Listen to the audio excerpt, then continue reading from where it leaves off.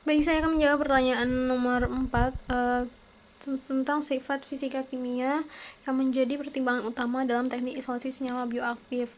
Nah, dari sifat fisika yang pertama yaitu warna. Apakah senyawa tersebut memiliki warna atau tidak? Nah, karena warna ini akan mempengaruhi metode isolasi yang akan kita gunakan. Misalnya kita akan menggunakan KLT.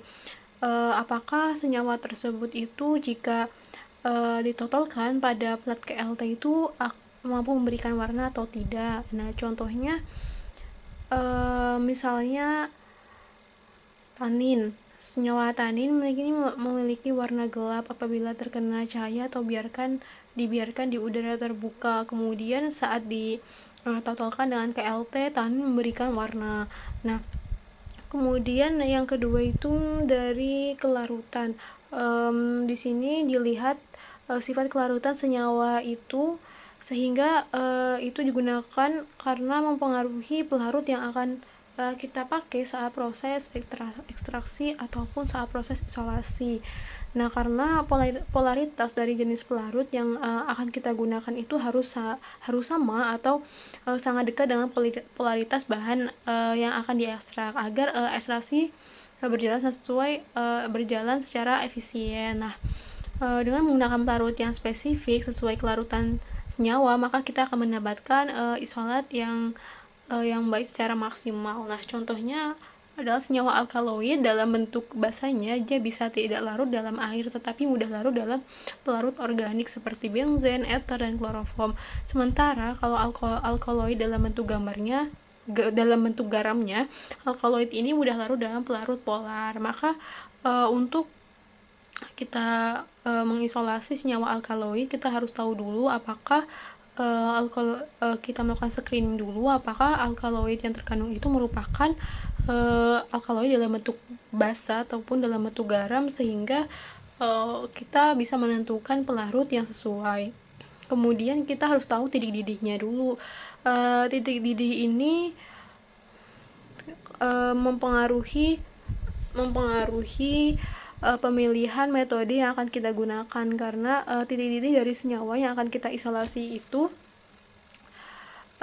akan mengetahui apakah senyawa tersebut itu akan mudah menguap atau tidak. Karena dengan kita tahu titik didihnya, maka kita akan tahu apakah metode yang kita gunakan pada ekstraksi itu menggunakan metode dingin atau dengan pemanasan. Nah, contohnya adalah senyawa flavonoid ini memiliki titik didih yang mendekati 80 derajat Celcius, sehingga flavonoid ini tidak tahan pemanasan. Selain itu, senyawa flavonoid ini akan mudah teroksidasi pada suhu yang tinggi.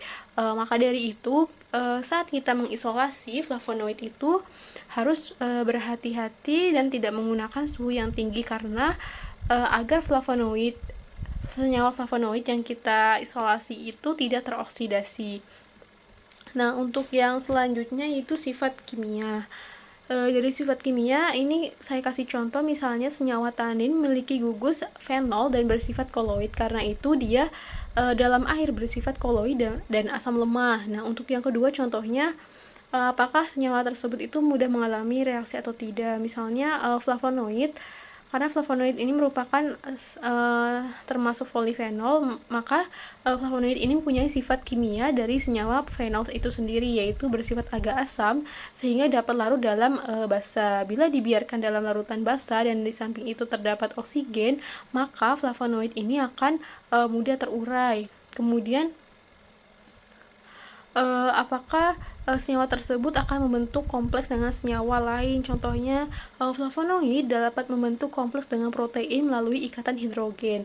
Nah, bila kandungan sel tumbuhan yang mengandung flavonoid itu bercampur dan membrannya menjadi rusak selama proses isolasi, maka senyawa fenol itu cepat membentuk kompleks dengan protein. Akibatnya, sering terjadi hambatan terhadap kerja enzim pada ekstrak tumbuhan yang kasar. Nah, untuk selanjutnya, apakah senyawa tersebut bisa mengalami dekomposisi? Nah, contohnya senyawa terpenoid bisa mengalami dekomposisi pada kondisi panas, sehingga terpenoid akan membebaskan isopren sebagai salah satu produk akhirnya yang membuat cincinnya terurai. Kemudian dari strukturnya, misalnya tanin mempunyai struktur polyester yang mudah dihidrolisis oleh asam. Nah, tanin ini biasanya berikatan dengan karbohidrat dengan membentuk jembatan oksigen. Karena itu, tanin dapat dihidrolisis dengan membentuk asam sulfat atau asam klorida. Nah, itu yang penjelasan saya terkait sifat fisika kimia yang dapat dipertimbangkan dan contoh-contohnya dalam memilih teknik isolasi senyawa bioaktif yang sesuai dengan sifat fisika kimia senyawa tersebut.